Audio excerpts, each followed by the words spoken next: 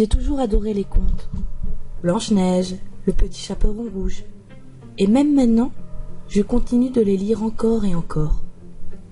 Les histoires, je les connais par cœur, à tel point que je serais capable de reconnaître la moindre référence à ces contes dans les films, les livres et les faits divers. Vous seriez surpris du nombre de faits divers qui peuvent rappeler une de ces histoires. Je me suis amusée à les collectionner. Ça peut aller du truc complètement con, l'histoire d'un type qui a réveillé sa copine dans le coma après l'avoir embrassée, aux choses les plus morbides qui soient. Comme ce chasseur qui, pris d'une crise de folie, a tiré à plusieurs reprises sur une petite fille avec son fusil de chasse avant de l'attacher à un arbre, dans un regain de lucidité ou de panique totale pour la donner à manger aux loups qui rôdaient dans les parages pour faire disparaître son crime. De tous ces faits divers peu connus, un a retenu mon attention plus que les autres. Une série de crimes irrésolus qui m'ont poussé à enquêter de mon côté, malgré les menaces de la police. Le meurtrier est un fou que j'ai surnommé Peter Pan. Vous connaissez tous Peter Pan, je suppose. Ce jeune garçon égocentrique venu du pays imaginaire, Neverland pour les anglophones, et qui refuse catégoriquement de grandir. Il refuse de grandir, oui, mais empêche aussi tous les enfants de Neverland de grandir. Et le plus souvent, il les en empêche en les tuant, car grandir est contraire au règlement. Le jeune Peter a tendance aussi à oublier beaucoup de choses. Ses anciens amis, ses ennemis.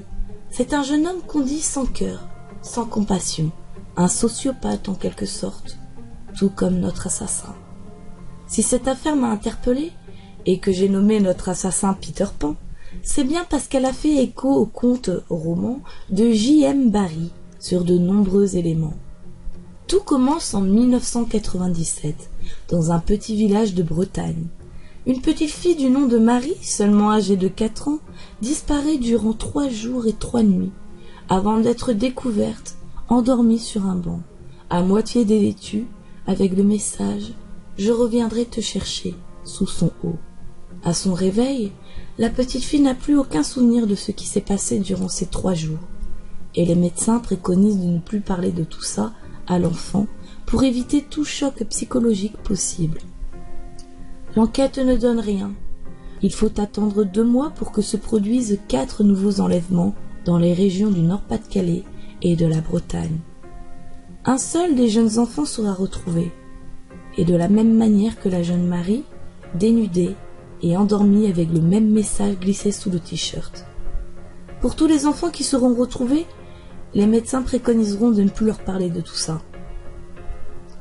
Entre 1997 et 2003, ce seront 15 enfants âgés de 4 à 8 ans qui disparaîtront sans laisser de traces. 5 seront retrouvés dans les jours à venir. Les 10 autres réapparaîtront en 2013. Ces 10 auront eu moins de chance que les autres, car alors que l'enquête repartait suite à un mystérieux appel anonyme, la police a découvert dans une forêt leurs corps entassés dans une fosse commune. Grâce à un soin particulier apporté aux cadavres, ces derniers étaient conservés dans le même état que lors du jour de leur mort, habillés et coiffés de la même manière que lorsqu'ils avaient été enlevés. Il y a pour certains 16 ans de cela. Les autopsies ont révélé qu'ils avaient été assassinés lorsqu'ils avaient atteint l'âge de 18 ans. La plupart auraient reçu de nombreux coups de couteau à l'abdomen ou auraient été égorgés. Un a même été retrouvé avec un yo-yo enroulé autour du cou et serait ainsi mort par strangulation. Les autopsies ont aussi révélé que les enfants avaient été drogués durant toute leur captivité, sans doute pour les garder dociles.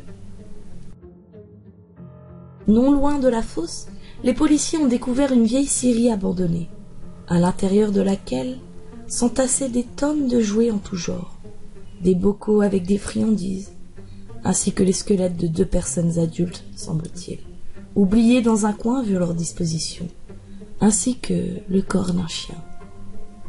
Toute cette affaire m'a donc fait penser à Peter Pan.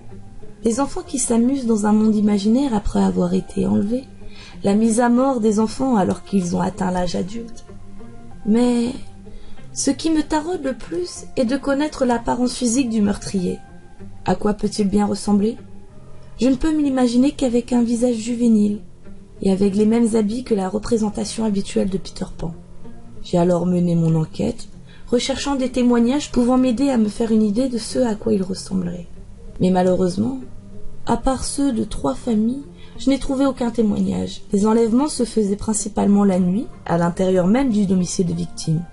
Et personne ne voyait rien, n'entendait rien.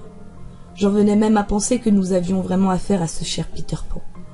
Voici les témoignages de 3 familles, qui sont relativement troublants. Nous avions couché Sébastien à environ 22 heures. Puis avec mon mari, nous sommes retournés au salon voir la fin du film. Quelques minutes après, mon mari a entendu un bruit venant de la chambre de notre fils. La fenêtre s'était ouverte. Il l'a refermée et est revenu. 20 minutes plus tard, j'ai entendu comme un léger sifflement. Si léger et court que j'ai d'abord pensé à un acouphène. Puis, il y a eu un second sifflement, plus fort cette fois-ci. Instinctivement, mon mari et moi nous sommes regardés interloqués. Ça venait bien de la chambre de notre fils. Nous sommes allés voir. Il avait disparu. On habite au 5e étage d'un immeuble. Famille du jeune Sébastien enlevé en mars 2000. Ces 2 derniers nous en disent plus sur l'identité du coupable. Elle s'est réveillée dans la nuit, après avoir senti un léger souffle frais sur sa nuque. Elle a ensuite entendu un léger sifflement et s'est retournée vers la fenêtre. Elle était grande ouverte. Elle a allumé sa petite lampe de poche et s'est approchée pour fermer la fenêtre. C'est alors qu'elle a soudainement vu la tête d'un jeune garçon étrangement blanc, lui souriant de toutes ses dents, les yeux exorbités. Elle s'est mise à crier et s'est cachée sous ses draps. Les cris nous ont alertés. Quand elle m'a tout raconté, je me suis tout simplement dit qu'elle avait rêvé. Mais un jour plus tard, elle avait disparu. Famille d'une fillette de 8 ans, enlevée en juin 2003. Et enfin, il a commencé à nous parler de son ami imaginaire, 2 jours avant sa disparition. Il nous disait qu'il venait la nuit sans faire de bruit et qu'il se glissait dans la chambre pour réveiller notre fils. Il faisait grincer les planches du parquet. Une fois réveillé, il nous disait qu'il discutait en silence, puis l'étrange garçon lui a demandé, au bout d'un moment, de venir avec lui. Mais il ne voulait pas. Alors il a disparu en faisant des bruits étranges. Notre fils l'a même dessiné. Sur les dessins, on voit un homme habillé en vert saluer avec la main, les yeux ronds, un sourire jusqu'aux oreilles. Sur un autre dessin, on voit l'homme tenant par la main une petite fille. Voilà, c'est tout ce que je sais sur cette affaire pour le moins étrange, qui, depuis presque 2 ans, n'a plus aucune nouvelle disparition ou réapparition morbide à son actif.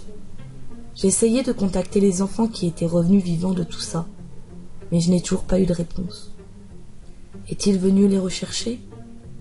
J'espère que vous ne faites pas partie de ces survivants, car depuis le temps, vous avez sans doute oublié, et vous ne vous méfierez pas du moindre bruit dans votre maison. Espérons qu'il soit vraiment comme Peter et qu'il oublie ses anciens amis